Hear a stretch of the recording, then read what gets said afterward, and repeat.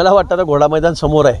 आता अनेक लोक, अनेक सर्वे एजन्स्या इकडे असं होईल, तिकडे तसं होईल, 400 पार होतील, 450 होतील, 350 होतील.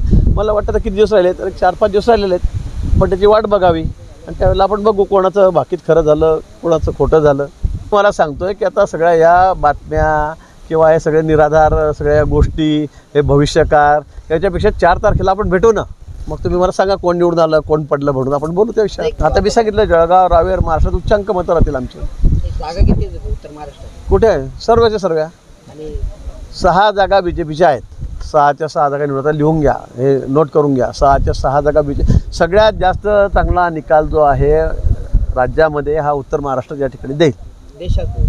देशामध्ये काय मोदीजी पुन्हा पंतप्रधान होणार आहेत.